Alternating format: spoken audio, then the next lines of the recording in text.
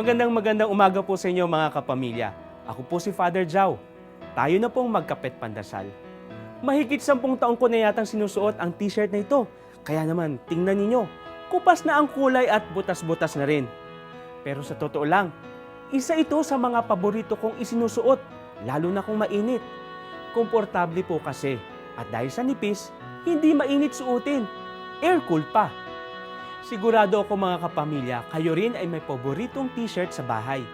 Yun bang pagkatapos mong pumorma o magsuot ng magarang damit sa maghapon, ayun pa rin ang hahanapin mo pag uwi mo sa bahay. Hinahanap ang pamilyar at komportableng pakiramdam na ibinibigay ng lumang t-shirt. Pwede kang magpakatotoo, ika nga. Dito, hindi mo kailangang pumorma at walang kulay na dapat i-match. At home ka na kasi. Nakakatawa man pong sabihin, pero palagay ko parang ganyan din ang Diyos para sa atin.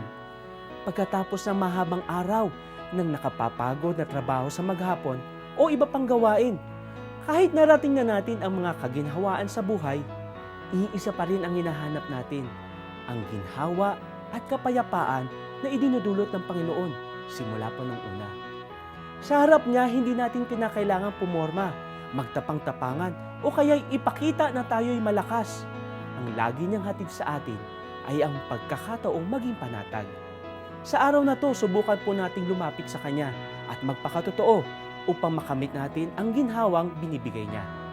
Pagpalain po kayo ng Panginoon.